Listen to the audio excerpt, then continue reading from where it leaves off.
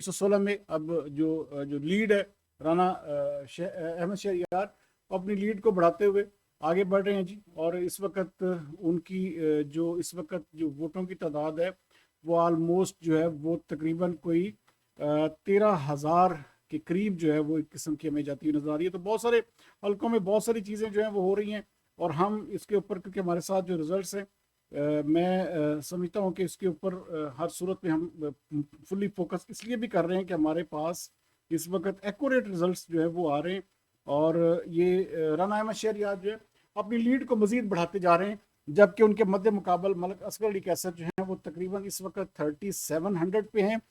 जबकि राना अहमद शहरयार तकरीबन कोई 15,000 का फिगर जो है वो